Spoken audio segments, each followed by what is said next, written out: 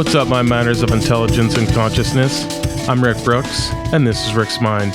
Today with me, I have Jay Wellik, who is a seismologist for the USAID and the USGS. Welcome to the show, brother. Thanks for having me.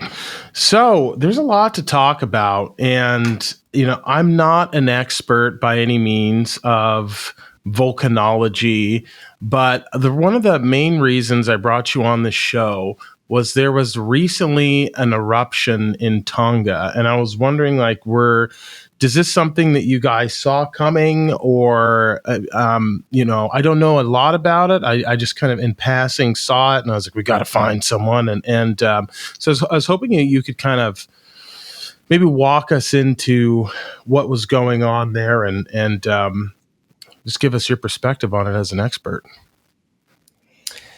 So the scale of the eruption that ended up happening in Tonga was not something that we saw coming or forecast per se. There had been some activity in that area that appeared related to submarine volcanoes. But there are a lot of things that are always on our radar as anomalous activity at volcanoes, and not everything ends up manifesting in a large eruption like this. The Tonga region at that time was not very well monitored. I think the closest seismometers were something like 400 kilometers away. So that makes it really difficult to detect any sort of precursory seismicity that you would normally see at a volcano well monitored like Mount St. Helens or Mount Hood or something like that. Okay. All right. And if I'm not mistaken, isn't Mount St. Helens like the most monitored volcano on the planet? Mount St. Helens is very well monitored. I don't know if it is the most well monitored. Some of the volcanoes in Italy are pretty well monitored. The volcanoes in Japan are very well monitored. Japan's seismic monitoring across the entire country is phenomenal. Yeah. That's like the gold standard of seismic monitoring, actually. Really? They just got hit with the tsunami not that long ago again, didn't they? Yeah. I don't remember how big it ended up being, but there was a tsunami there recently. Yeah. John will find that. And why, actually, that's a good question. Why do they always, other than it being an island chain, right? But why are they always getting hammered? Is there a lot of seismic activity that's going on? I'm very ignorant to this. Yeah. Well, yeah. So there's a subducting, the Pacific Ocean is subducting underneath the island chain of Japan. And that's what ultimately gives rise to the volcanoes and, the island of Japan itself. But all the slip on that subduction zone, all those earthquakes that happen underwater, under the ocean, that displaces a large amount of water. And that's what gives rise to, those tsunamis. Not a good place to live at all. They're always getting hammered by earthquakes, and so you're paying attention to. There's a lot of factors. I'm assuming. You know what? I think we're getting a little bit too. What? Oh, go ahead, John. So everything that I can find is on the 16th of March. There was a 7.4 magnitude earthquake off the coast of Fukushima, 60 kilometers down. Around midnight, and 4 people died and about 100 were injured, and there was a level 2 tsunami warning issued, but I can't find anything about like an actual tsunami being reported. Okay. So I made it up. Damn it. So Jay, I think we're getting a little I'm excited, so I'm getting a little bit too ahead. I think a good place to start. Let's just redo this, right? Walk us through what seismology is. And so, but before you do that, tell the people how you got interested in geology and kind of a little bit of background about yourself, and then let us know what seismology is, because there's a lot of people I feel like that don't know what seismology is, and I don't even know if I have the best understanding of it. Yeah. So I guess just background on myself and how I got into geology. I grew up in Dallas, Texas, in the suburbs, well, not the suburbs, actually, in the city, and very urban environment. And, my whole upbringing, at least in terms of education, was all like, business oriented. Like all the adults I knew were all in like business and accounting and everything like that. But I always loved being outdoors, and my extended family all lived in the country, and that exposed me to a lot of beautiful places across the country. And when I got to college, I had no idea that you could study something like geology, that you could get a degree in geology. And when I realized that, when I got to college, I was like, oh, like I'm in. Like I wasn't thinking about like jobs or anything. I was just like, this is what I want to do in college. And then after a couple of years of that, then I started thinking like, all right, well, how am I what am I actually going to do with this degree? Because, the best way to get a job with a geology major out of college is to go work for an oil industry. And I didn't really want to do that. So that, the other options are, working in disaster relief. So I decided that route was of more interest to me. And there was a graduate school program at Michigan Technological University at the time that combined Peace Corps service with with a master's in geology. So I ended up joining that program, and I ended up living in Indonesia for 2 years, working at a small volcano observatory at a volcano in Indonesia as a part of my master's, and then ended up getting this job at the U.S. Geological Survey's Volcano Disaster Assistance Program, which is like the international wing of the USGS, that it's like a liaison between domestic observatories and foreign observatories. And then, and then my specific role with VDAP is as a seismologist, a volcano seismologist. So seismology is the study of ground vibrations, most basically. So normally, you hear of earthquakes happening, and that's basically just rock breaking under the ground or two plates moving against each other. And if the earthquake's large enough, those vibrations can be felt across the globe. And at volcanoes, the same process happens on a little bit smaller scale. There's rock breaking as magma moves from the mantle up to the surface. And then just as magma moves through those conduits after the rock is actually broken, that produces vibrations as well. And monitoring all that seismicity is it's the primary way that we monitor volcanoes and assess their level of activity and how close they are to erupting. Okay. And from the geology classes I took way, way back in the day, I would always assume, so you're monitoring the vibrations of rock, and I'm going back in time. I'm thinking of lava flowing, pooling, and then creating pressure with gases. And then when the pressure gets too much, pop goes the weasel. Correct? Like that's the basic, very elementary understanding of the eruption that I have. How far? Yeah, am I spot on? Yeah, that's a pretty good. That's a pretty good understanding of what's happening. A lot of different variables come into play, and a lot of different scenarios could play out. But that's that's a pretty good first, interpretation or a first assumption of what is happening underneath a volcano. Shout out to Geology 101. Still got it. Yeah. There's different types of eruption. There's a viscous eruption, and that's gonna. Oh man, I'm totally bullshitting right now. That's gonna have lava, and then there's a gaseous one, and that could spew out poisonous gases. Am I on the green here? Yeah, I think you're on the green.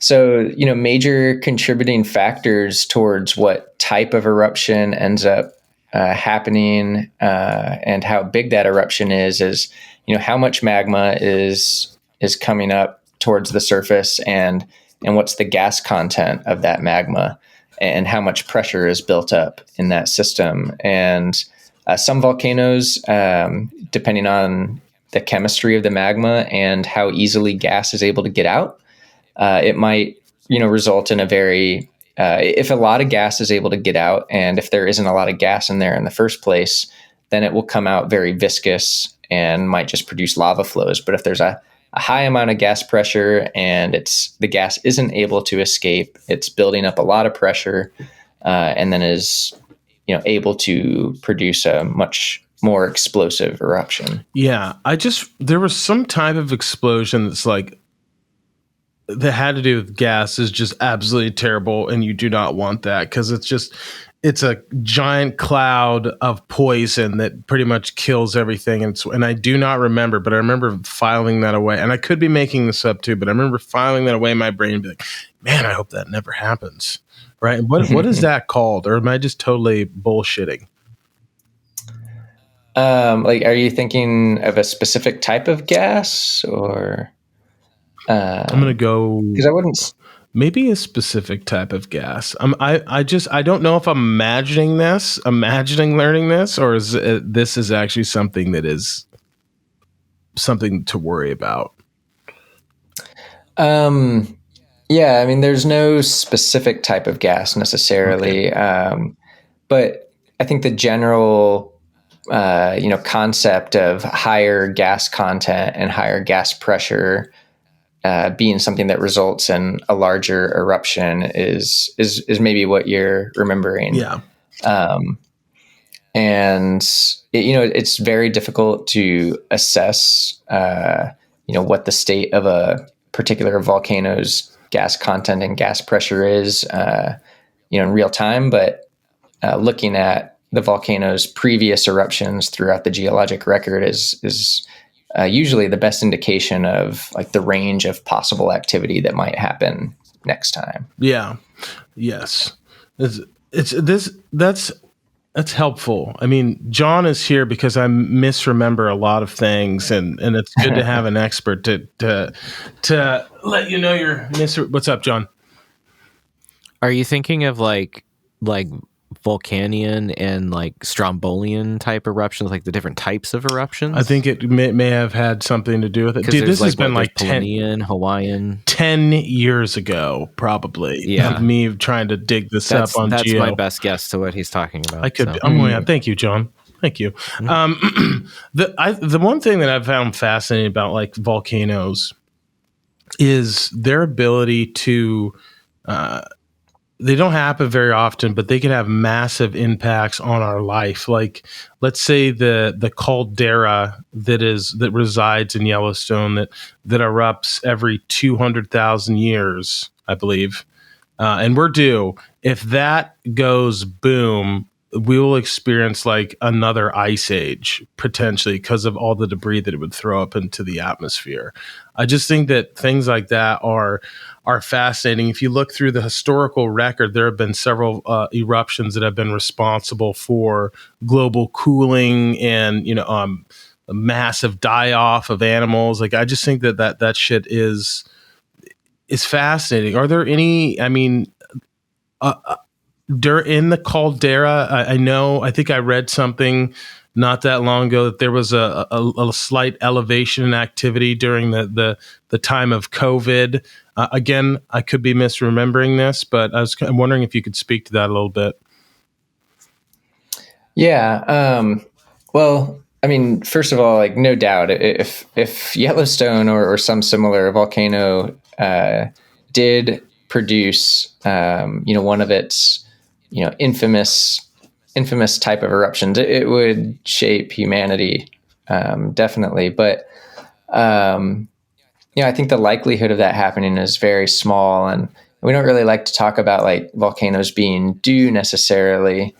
But then in terms of, activity at at Yellowstone, there were increases in thermal anomalies and maybe even a few earthquake swarms in the past couple of years.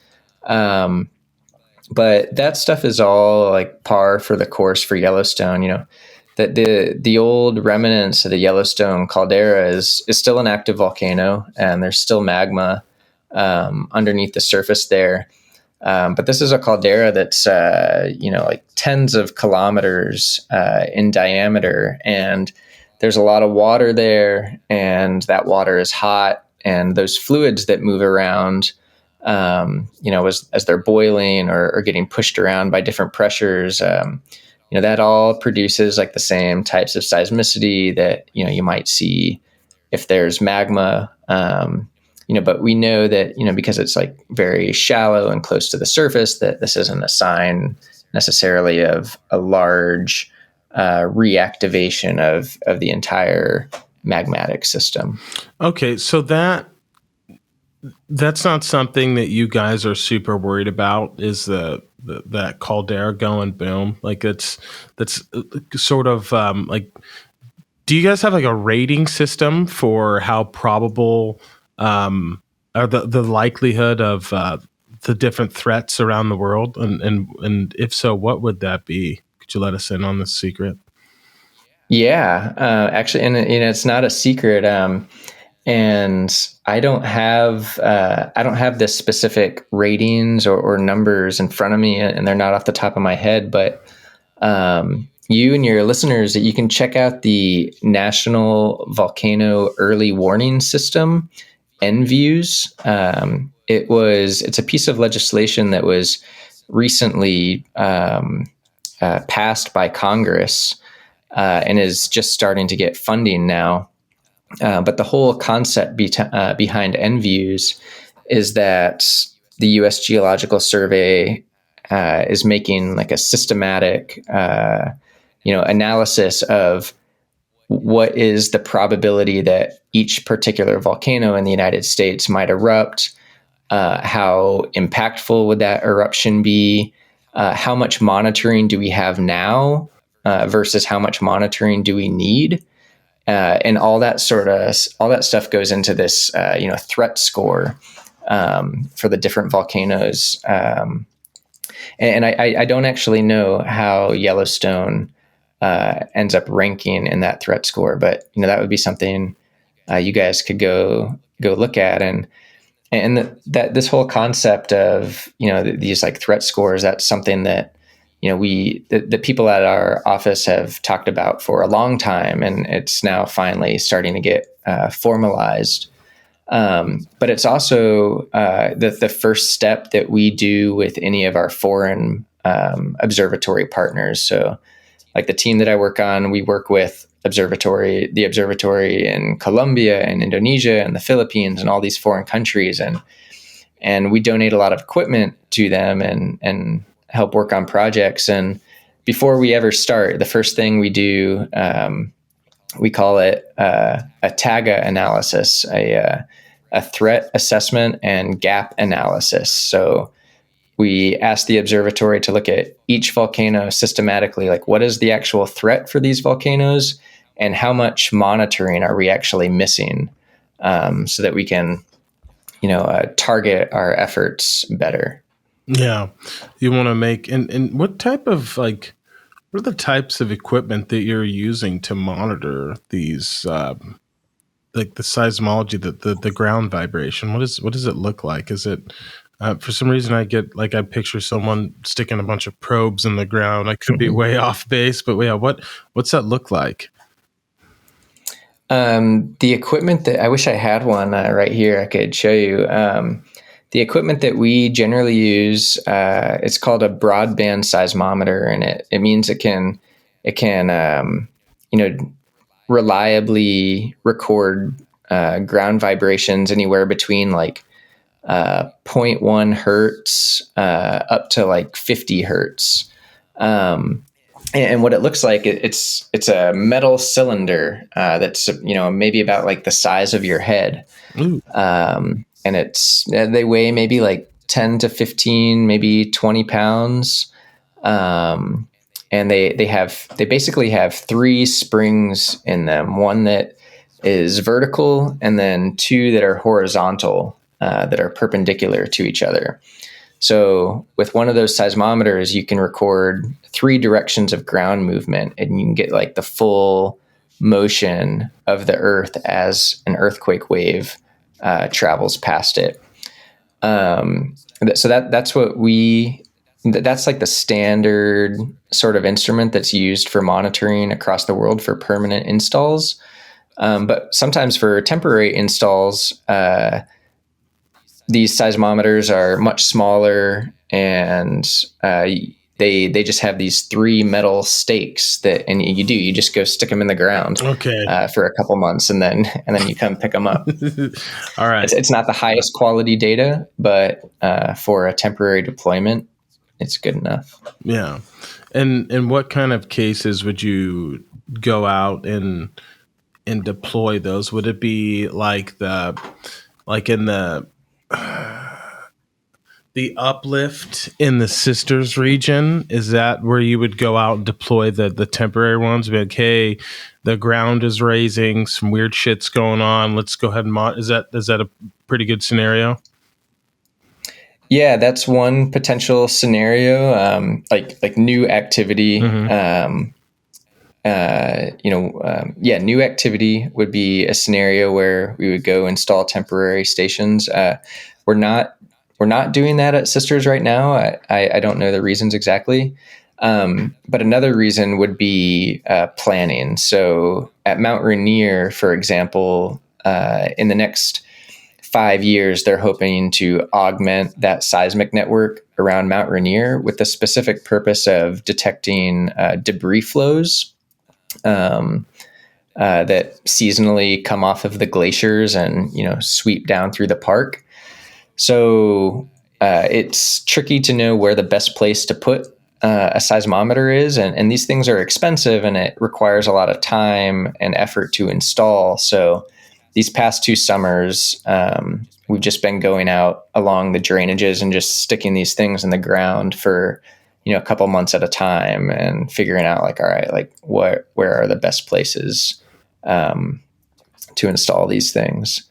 But another thing you can look up in terms of temporary deployment are these things that we call spider deployments that we build at our offices, and we don't use them that often because they're tricky to handle. But during the 2004 eruption at Mount St. Helens, these are seismometers that just sit on this tripod, and they actually just sling these things out on a helicopter and drop them down on the volcano. What? And those things are set up to actually transmit the data back via radio or satellite. And they're not meant to last a long time. That's definitely a scenario where it's this volcano is very remote, it's newly active, and we want more equipment. So there are a couple different strategies. I'm going to check this out. John just said, yeah. You just drop, it's got a weight on it too. You just drop that down, and that's interesting. No, it's not. I mean, you got to land it. You can't just drop it from the air. Yeah. I was imagining that you're just throwing it out as this thing's about to blow. We need to record the data. That's what I was imagining. Yeah. All right. Yeah. John, put all this stuff in the show notes. Good, sir. Yeah. Wow. So I find it's kind of weird to think, right? We're sitting on a planet that's moving 2,200 miles an hour, around the sun. We're on this living spaceship, and underneath us, right?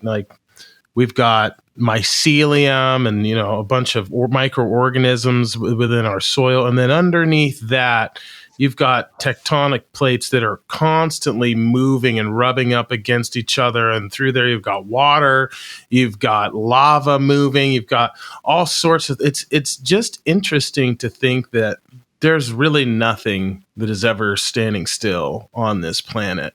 It's a very dynamic planet. It's a very and you have, Hawaii's still the island chain of Hawaii continues to grow and expand. You have these giant lava flows that are barren, and then all of a sudden, there's little bits of plants starting to grow on it and animals starting to colonize. Like, it's just, when you sit down and think about, it's kind of how amazing the natural world is.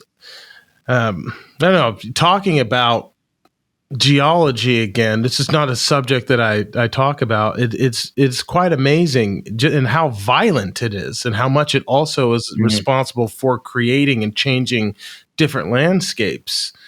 It's it's like this gangster in the room that doesn't talk that much, and then all of a sudden, like, boom, he explodes. and yet at the same time, volcanoes are what produces our atmosphere. The minerals in volcanic eruptions are what makes ground fertile also. So that's right. Because we think of like culturally, it has this dual place. Yeah, that's true. Ash is very, very. What is the element in it that makes things fertile? Like, there's calcium, or I know we're way over my skis right now. Oh, John, maybe silica. I don't think it's silica, man. I mean, there's a ton of silica is like the primary element in volcanic products. I don't know about the agricultural part. I don't know what makes it conducive for growing things, but I mean, there's just like tons of minerals like silica, magnesium, iron, calcium, potassium. I mean, all of those are major elements in volcanic rock. Yeah. We've got, that's pretty, it's pretty awesome. Are there any volcanoes that currently that you guys are worried about? In the United States, we're gonna go. We'll go America first, and then we'll expand the search. There are no volcanoes in the lower 48 United States right now that are anomalously active. One thing that a lot of people might not realize is that there are always volcanoes erupting in Alaska along the Aleutian chain. There are every day there's a volcano erupting in Alaska. There generally isn't any population around those volcanoes, so you don't hear about it, and it's maybe not a huge hazard or an everyday hazard. But they are monitored very closely because outside of COVID times, at least, there's a ton of air traffic that goes over those volcanoes. So the Alaska volcano has a big responsibility for that, and they're always worried about particular volcanoes. So what, like in the Aleutian now, is this isn't like an underwater volcano. This is like a legitimate. No. John, I'm gonna need to pull this up, dude. Yeah. These are all above land. Google search Redoubt volcano and look at the eruption in 1989. Redoubt is a volcano that's actually pretty close to Anchorage, and that caused a giant tsunami, right? I don't know about that. I don't think so. There was a tsunami in the 70s in Anchorage. But that was not related to volcanoes. That might be what I'm thinking of. That is wild. Yeah.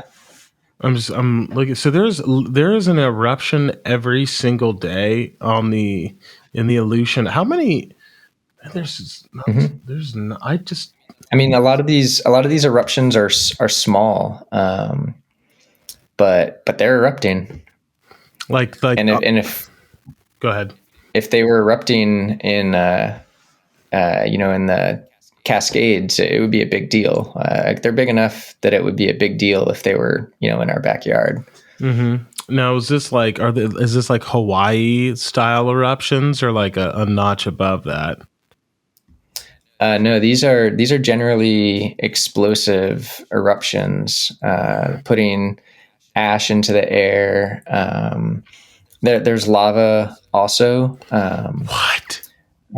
Extruding out. Yeah, like look at like the volcanoes that are active right now are Pavlov volcano. That one I think is actively pushing out a lava flow that's going down like these steep flanks, and it's occasionally got these small explosions.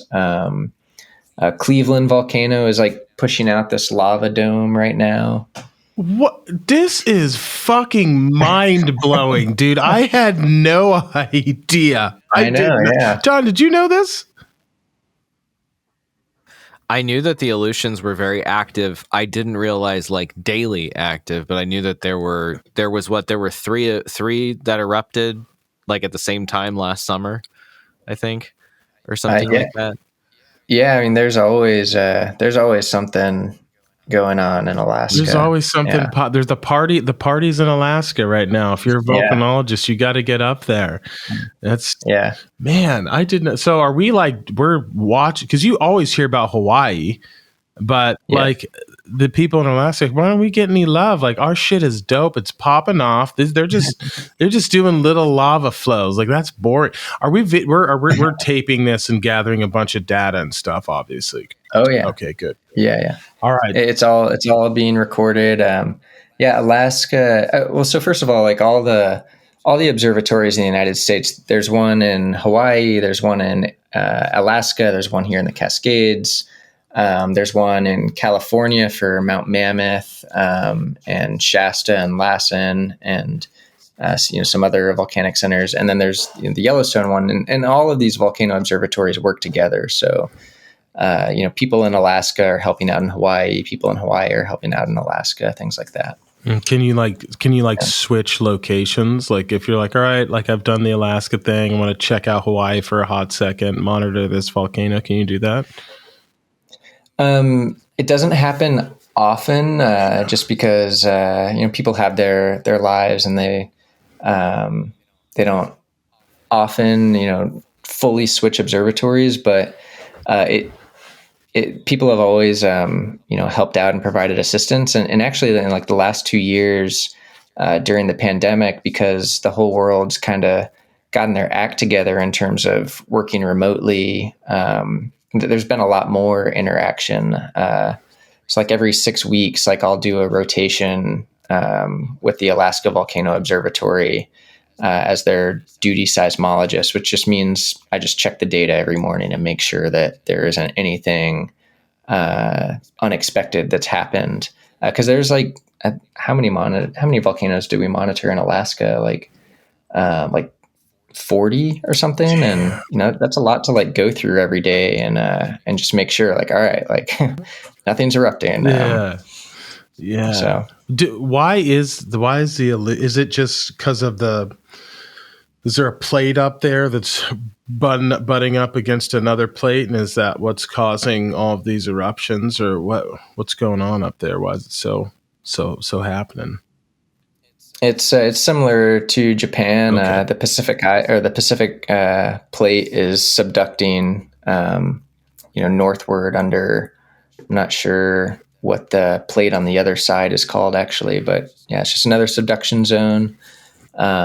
Subduction zones tend to produce volcanoes that are very explosive. So that's why, like in Japan, the Aleutians, here in the Cascades, over in Indonesia and the Philippines, like all those volcanoes tend to be a lot more explosive than something like Hawaii. Okay, what's up, John? So it's Alaska is on the North American plate, and it's subducting. The Pacific plate is subducting underneath the North American plate. There you go. Yeah. Thank you, John. Thank you, Google and John. All right. So the next most logical sketch place is going to be like Indonesia, correct? Because it's of the same. It's the same things going on. It's a subduction zone. Yeah, I mean, Indonesia and the Philippines, it's similar to the Aleutians. There's always volcanoes erupting there, and it makes it interesting, and that's why our team VDAP is such a useful team to have exist, because like the Aleutians in Alaska, it's this very remote island chain with a ton of volcanoes. And even though it's in the United States and way up in the Arctic, there's a lot of differences there between that and this like tropical island chain. But in a lot of ways, they're very similar, and like the challenges of monitoring volcanoes in those two places is very similar. And there's a lot of lessons to be learned between those two observatories, and that's where we try to help make those connections. Yeah, because I would imagine like getting people up into the Aleutians in the winter would be incredibly challenging. You're going to have equipment malfunctioning because of the cold and the snow and the wind. And then the same is going to be like, maybe the weather's not as challenging to get people in, but it's going to be hell on your equipment because you're in the fucking jungle and there's monsoon season, and there's, the plants are going to choke it out, and it's just not going to be, or it'll be swept away by a flood. So that would be very, very challenging to kind of stay on top of. Mm-hmm. Yeah. Different environmental factors, but the same challenge that all this equipment has to be engineered and installed to last a long time. Yeah. Because you don't want to have to like go back to all these places regularly. No, not at all. So the last big eruption that we had that kind of put the world on notice was was it in Iceland that it was a massive ash cloud that grounded flights for several days? Was it in Greenland or Iceland, or I think it was, I'm going to say Iceland. Iceland. Are you talking about the one back in like 2000? Was that 2010 or sometime between 2006 and 2010? Like that long ago? Yeah. That one. Yeah. In Iceland. I won't even try to pronounce the name of that volcano. John, go ahead. Yeah, I know how to pronounce this because I asked the geology professor from the class that I was telling you about. It's if I remember correctly, it's Eyjafjallajökull. Eyjafjallajökull. Something along those lines. Eyjafjallajökull. I just call it Aya. Yeah, that's probably. Eyjafjallajökull, when that one erupted. What's that? How much data did we glean from that? Was that pretty informative, or did that just kind of confirm what we already knew? That volcano was well monitored, and the Icelandic Met Office was on top of it, and they always do a great job. I don't remember specifically if there were key lessons learned about forecasting eruptions from that scenario, mostly just because so much of the emphasis on that eruption was just like risk management and like aviation hazard assessment. And that's where the discussion from that eruption ends up going so often. But the people in Iceland studied that, had that volcano monitored really well, studied it really well, and Do you think we'll ever get to a place where we can stop eruptions from happening? Like, I mean, we got to be a different type of civilization in order to do that. But it's something that, in order to become a type 1 civilization, we have to learn how to do. But I don't even know. Is there any study at all on how you would go about stopping it? Not any studies that really hold merit. Occasionally you will hear about someone's idea, but the reality is that it's not really a possibility. So we just have to learn how to monitor them and forecast them better, and make public policy that is appropriate in terms of land use around those places. And it's a lot easier said than done, of course. But. Yeah. How accurate is our forecasting for when things erupt? Is it like, how close are we? Could you're not obviously going to be able to give an exact day and time, but how, I mean, what's the window of like when you'd be able to determine when something is going to erupt? Mm-hmm. Yeah, it's a great question, and it's one that is like a active focus of research right now. It's like one of the things that we're most interested in at the moment, and have been for the last like 5-10 years, like determining exactly how good are we at forecasting eruptions, and what do we need to do to be better. We wrote a paper about our success forecasting eruptions in Alaska a couple years ago. And basically the result was that for volcanoes that are well monitored, and we define that like by meaning a specific number of stations that produce explosive eruptions, we're pretty good at forecasting them. I don't remember the percentage, but it's like 80% or higher.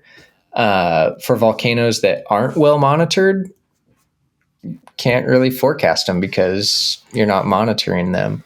And then for volcanoes that produce really small eruptions, we basically can't forecast those either. They're just the monitoring equipment just isn't good enough to detect subtler signals for smaller eruptions. So in Alaska, for larger eruptions at well-monitored volcanoes, we do pretty well. So like, it's still challenging. When you say well, do you mean like you can predict the day that it's gonna pop? No. Yeah, just that it will erupt. Okay. All right. Yeah. All right. Yeah. It is. I think I don't remember if we used a specific time window in that paper. For that study, we were just assessing, did we raise the like alert color code before it erupted? But now, like in real time, generally, like we're making a forecast for like the next 30 days or the next 2 weeks. Like we'll say like, we think there's a 70% chance this volcano will erupt in the next 2 weeks. Okay. Yeah, that's usually like the time frame that we feel comfortable making a statement on. All right. Are you guys using artificial intelligence to like parse through the data? Are there algorithms that are looking for different inconsistencies and stuff? Yeah, that's also another active area of research. It is not operational, meaning that it's not like a standard tool yet that we use in the observatories, but there are researchers, some at USGS observatories, some at universities, and in other places around the world that are attempting to use machine learning algorithms to parse through seismic data, for example, and make assessments. But it's that's surprising, because like there's definitely enough data that's been accumulated. It would need, I would imagine there's a shit ton of data that's just sitting there, and if you have a machine learning algorithm that would be able to parse through it, it would be able to break that down and understand it. And we'd probably learn a lot more from all the data that we would collect it, and we would all get better. The USGS would be better for it, I would assume. So it's surprising that hasn't been implemented as of yet. I don't know how to write any of this shit, so look at me. Oh, it should have been done, but it's just, I mean, Go ahead. So there are a couple challenges. One, the primary challenge is that the volcano sciences are actually considered data poor. Yeah. So, and the reason for that, or why it's described that way, is not because we don't have a lot of data. I mean, we're recording a ton of data at all of these volcanoes, but these networks have only come online recently. We've only been doing that recently, relatively speaking. Last like 20, 30 years, depending on which volcano you're talking about. In Hawaii, it goes back really far, but there's a ton of, for the number of eruptions that have happened, very few of them, like in the geologic record, for example, very few of them have been recorded. So for example, like back in 2017, our team went to Indonesia to respond to an eruption at Agung, this volcano on Bali. And it had produced this devastating eruption back in 1967. Mm-hmm. And there were a series of earthquakes that happened before that eruption, but they weren't recorded geophysically. We just know that they happened because people felt them. So when the modern seismic network started recording earthquakes there in 2017, it was very alarming to people. But there's just no way you can. There's no way you can really throw that into a machine learning algorithm when one set of data is what people recorded, and timing and size and location. That stuff is imprecise compared to what we have now. It is we have the time, we have the location, things like that. So yeah, it's actually if you want to combine like the seismology with the number of eruptions, it ends up actually being pretty data poor. I know, because now I'm trying to think, you can't just throw away that data that you collected when you were there and interviewing people and stuff. That's all still very valid and relevant. But definitely. Yeah, you have to have that. But at the same time, so are they trying to create these algorithms, an AI, around integrating both data sets? Is that what they're trying to figure out right now? The interviews or the collection of stories and whatnot, or and as well as the data that you were able to collect with your seismology equipment. No. So actually, the AI stuff that's going on in volcanology right now is actually kind of completely different. It's actually not that there's no AI research that I know of going on in volcanology that's actually trying to assess the probability of eruption. The efforts that are going on now are essentially trying to basically parse through the seismic data and analyze it the same way that a human would now. So right now, if a volcano is active, it would be my job to look at that and say, okay, these are the types of earthquakes that are occurring. This is how big they are. This is what they basically what kind of earthquakes are happening in what order. And it's a very time consuming, laborious process, or it can be. Mm-hmm. So the main AI efforts that are happening right now are more like signal processing, how can we apply machine learning to just do that automatically, so that now we have that information that we then can make assessments based off of. Yes, making you more efficient and able to pivot and make this. Okay, yeah, that makes sense. Yeah. That makes sense. I'm glad that's being researched. It's good. We all forget about the natural world. We're always so scared of who's invading who and what virus is going on and this and that. When really this is, it's kind of there's nothing we could do if there's a major eruption other than to just flee. But another area that always another thing that always trips me out is if we don't really try and detect we don't watch our skies at all. And if a giant asteroid were to come on a collision course with Earth, I don't really know if there's anything that we could do about it. Like, we haven't spent any money on like trying to pay attention to that. Yeah, I don't know anything about that. Wasn't there just some experiment conducted to try to deflect an asteroid? Oh, dude, I hope so. John, pull that up. I hope so. I don't remember what the details were. Like, I don't remember if it was an asteroid that was even earthbound. I mean, if it was obviously going to be fairly small. Oh, he looks like he found something. Yeah, it was in it. So it hasn't happened yet. In September, they're doing it's two spacecraft, the DART impactor and the Lucia cube, that it's going to deliberately crash into the minor planet moon Dimorphos of the double asteroid Deimos to assess the future potential of a spacecraft impact to deflect. So I think they're getting ready to do it in like 6 months. Okay. Wait, what? This isn't even in our... This isn't... What? I'm confused. It's a like a dual asteroid like that, like rotates around itself in the asteroid belt. So it's like technically a minor planet.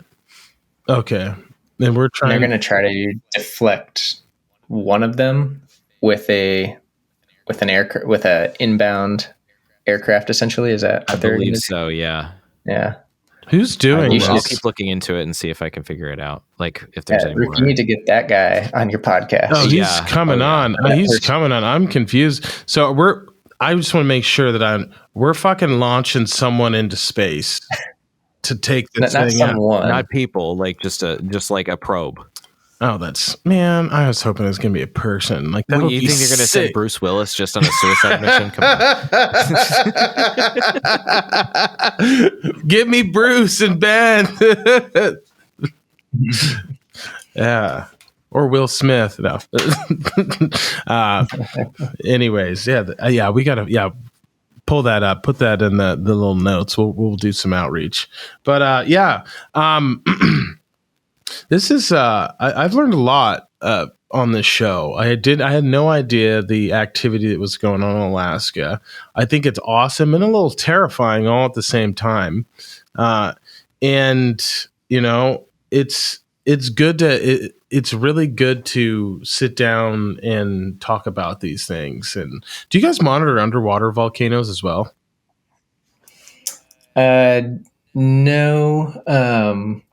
There might be some ocean bottom seismometers off of Hawaii. There was Bogoslav volcano in Alaska. There is kind of an island around it, but most of the eruption happened underwater. So that's another example. But monitoring underwater volcanoes is a huge challenge. And unfortunately, we don't have that problem in the United States, really. But yeah, our partners in Indonesia, actually, they're like trying to get a much better grasp of that right now. So hopefully they'll be leading the way on that sort of thing. That's pretty cool. Well, listen, I really appreciate you coming on the podcast. Do you have anything you want to plug? Now is the time, Jay. Oh man, anything I want to plug? Just check out USGS Volcanoes on Twitter. They've always got very insightful and informative posts on there. People from the public can ask any question they want, and someone from the USGS will give a sincere and thoughtful answer. So you can really learn a lot through that Twitter handle. And of course, if there's any activity that people need to be worried about, that's where you will hear about it also. Right on. They have an Instagram as well? I don't know if they have an Instagram. They might. They probably do.